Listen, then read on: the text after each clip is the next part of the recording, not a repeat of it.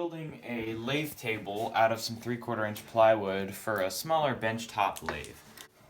We've got these ribs underneath here that add a lot more strength to the whole table since it's a bit long. It basically acts as a support because 2x4s are stronger on their end like this, so that way you can have more weight in the middle with something a little bit more heavy like a lathe.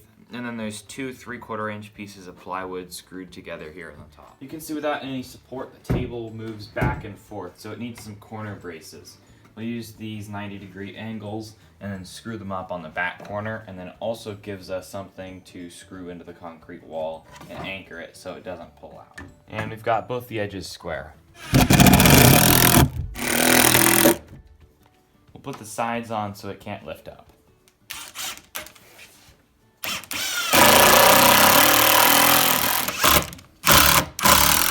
We'll put an L bracket in to secure the top. And we'll put the other cross brace in.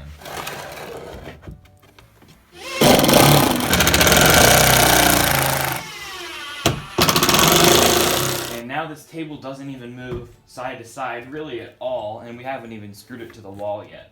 Using these longer 3-inch screws, we're gonna screw it into the stud right here. We'll put one high and one low. I really like these impact drivers with some good bits in them.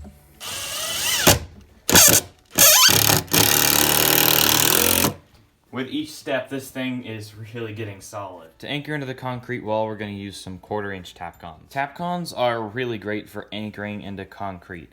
They have a special thread design on them that all you need to do is drill a pilot hole, and then once you put the Tapcon in the concrete, it is really stuck in the concrete. It works really well in anchoring and staying in there. It's important you don't drill the hole too small, so what I'm going to do is take a look at the Tapcon here and see that I need to go right here. So I'm just going to go the whole length of the drill bit to make sure that my hole is long enough. If you end up drilling the hole too small, what'll happen is this will bottom out on the hole and then just strip out all the threads. Because these are masonry bits, they don't go through wood very well, so you want to have your hole pre-drilled. You also want to make sure that the drill bit is going the correct direction or else you'll burn it out. I like to use a ratchet with an 8mm socket so I can put it in by hand. If you put it in with an impact, sometimes you can, say if you bottom out, you won't know it until you strip it out. With a ratchet, you can feel if you bottom out, and you can take it back before it's too late. It should be snug in that hole, but not too snug. You want it to slide through. If it really starts tightening up, that's bad. Sometimes if it feels like it's binding up, you might just need to switch the ratchet, back it up a little bit, and then keep going. And I'll go ahead and snug it up.